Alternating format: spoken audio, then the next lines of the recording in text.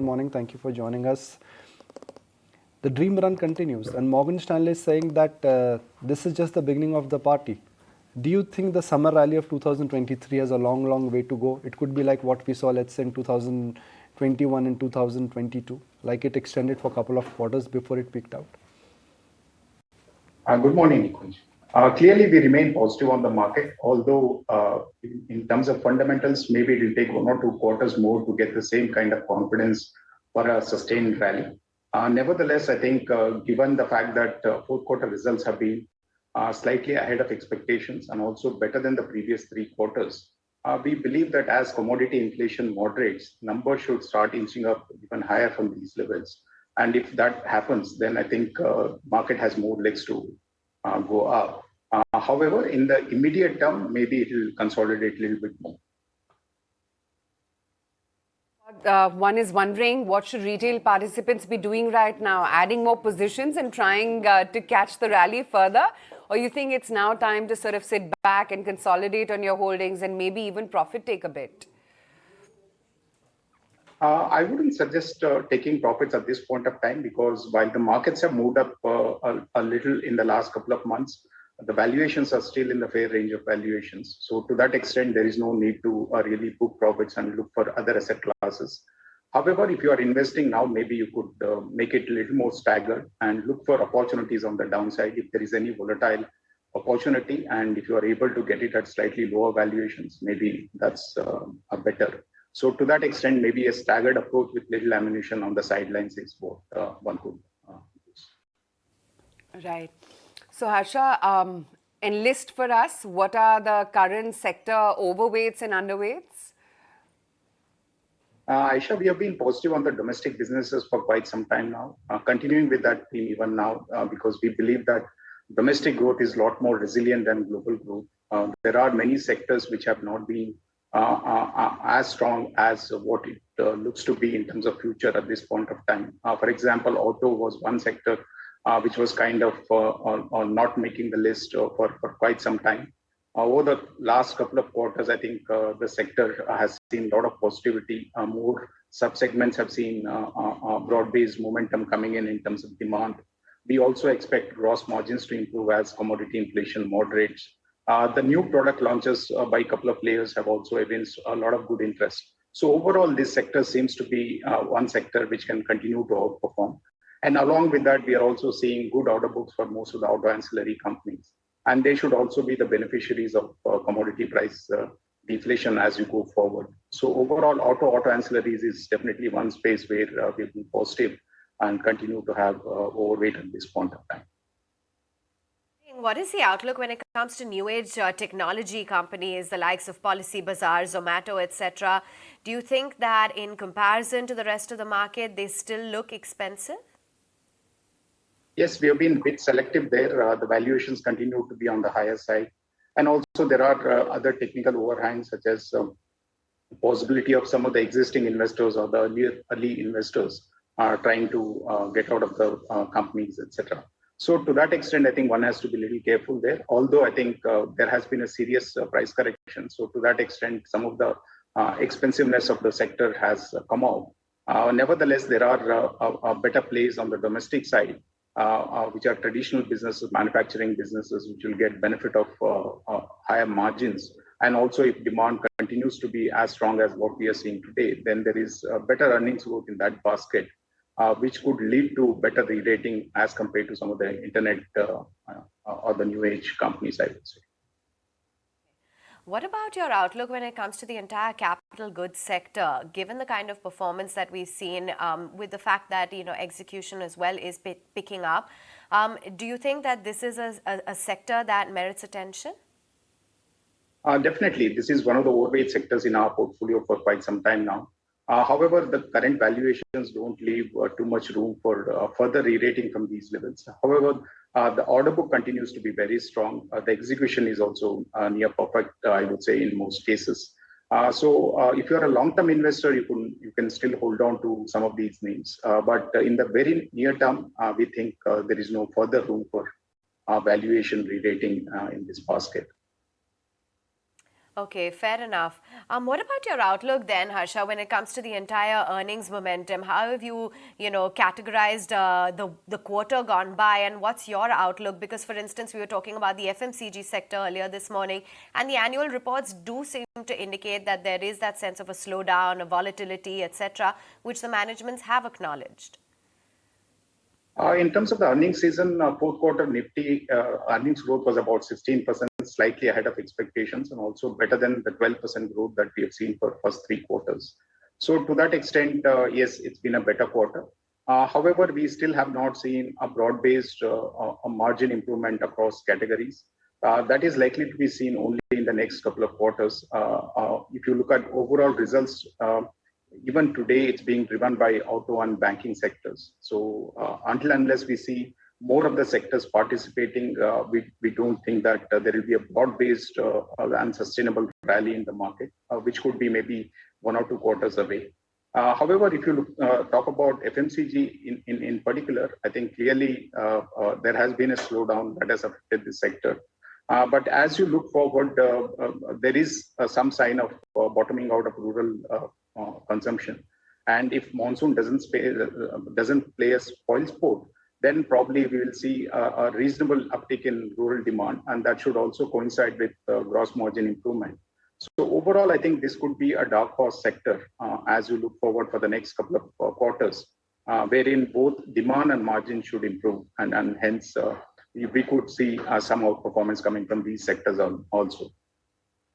How critical is the RBI policy this week? And does it seem like it's a given that it's going to be a pause yet again? It looks like more or less, I think it's given that it's going to be a pause. We are at a comfortable positive real rate today with inflation below 5% and repo rate at 6.5%. So to that extent, I think this is a comfortable situation for the central bank to actually pause at this point of time. We do expect a pause this time around.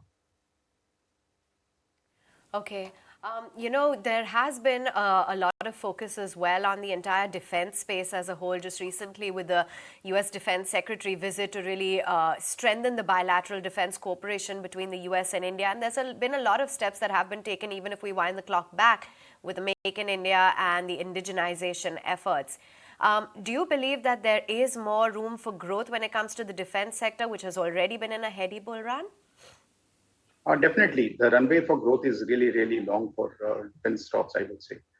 There is a higher scope for indigenization, which will improve margins. There is an export opportunity. And also the order book continues to be very, very strong, given that government is continuing to spend on the defense capabilities.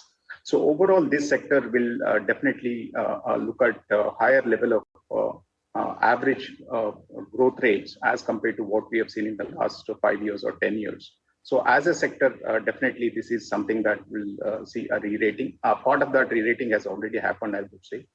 We have also seen some thematic funds coming into the mutual fund industry, looking at defense in particular. So if you see more money coming into some of these thematic funds or more launches seen in this category, that could also lead to a lot more re-rating, because there are not too many listed names at this point of time which are into defense. So overall, the long-term growth looks really, really strong, and there is room for further re-rating from these levels as well. Okay, room for further re-rating when it comes to defense. But the IT sector, given the kind of results that we have seen, the valuations that they command, what's your outlook?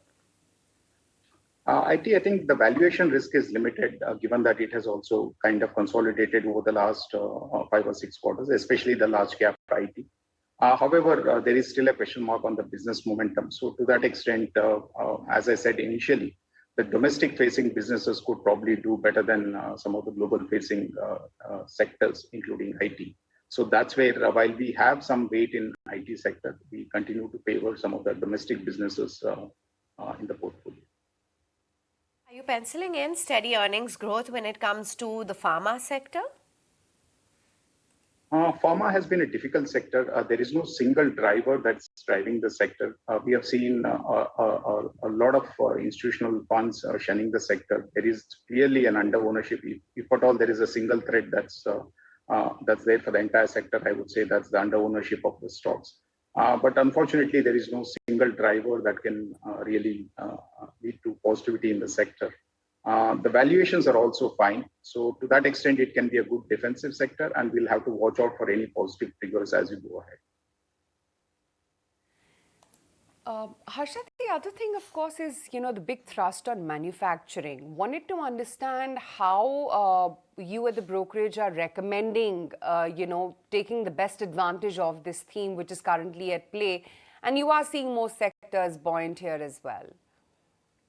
Aisha, we are not a brokerage, we are an asset management company. That's but we right. do Sorry, have, stand corrected. we do have positive opinion on the manufacturing team. We do have a thematic fund which was launched about a year back, which has done pretty well. And we also believe that as a thematic category, manufacturing can definitely give better rewards even in the next few years as the entire policy landscape is changing. And that's really positive for Indian manufacturers. We are also seeing India emerging as one of the reasonable competitors in the overall manufacturing space in the globe. So given all this, we do believe that there is definitely long-term potential for the manufacturing sector in the country. And that's the reason why we have positions in diversified funds as well. We have also launched a thematic fund last year, which is just focusing on the manufacturing segment. And that's something that we believe is good for investors as well. Okay. Just want to mark some of the movers in trade. You've got the likes of an Ambuja Cement, which is scaling up. Ultratech as well, looking comfortable. The entire cluster, of course, of Adani Group stocks continues to be in the limelight on the upside with respect to the recent loan payment announcement. Maruti Suzuki is in the green and currently quoting at about 96.93. Axis Bank, Kotak Bank, so clear support coming in from some of those heavyweight marquee financials. IndusInd Bank as well added to that list. What's the outlook, Harsha, when it comes to the entire real estate space? Just curious to get in your take, given the fact that we have also seen foreign institutional inflows, which have surged quite significantly in India. What's the outlook on the real estate basket as a whole? On the real estate, we continue to remain positive, although our bets are very selective in the sector. However, we are playing the real estate uptick with ancillary industries, including on the home improvement segment, as well as cement in our portfolios. Real estate clearly has come out of the bear run for almost, that lasted for almost 10, 15 years. I think inventory levels across top 8 or 10 cities is at a very minimum level. RERA has also cleaned up the industry. The customers are happy in terms of what's happening in the real estate sector. The affordability has really gone up, while interest rates may have gone up in the immediate near term. However, if you look at a longer term EMI payments, that has not really made much of a difference unless the borrower has taken a new loan during the COVID period. And we believe that percentage is very small as compared to the overall home loan borrowing book. So overall, I think given all these positives, we continue to believe that the sector is likely to see better days even going ahead. And accordingly, we do have positions in our portfolio. Great to have you on the show. Thank you so much for taking the time out and speaking with us today. Thank That's you, the opinion on market and sectors from Harsha Upadhyaya, CIO Equity at Kotak AMC. Let's revisit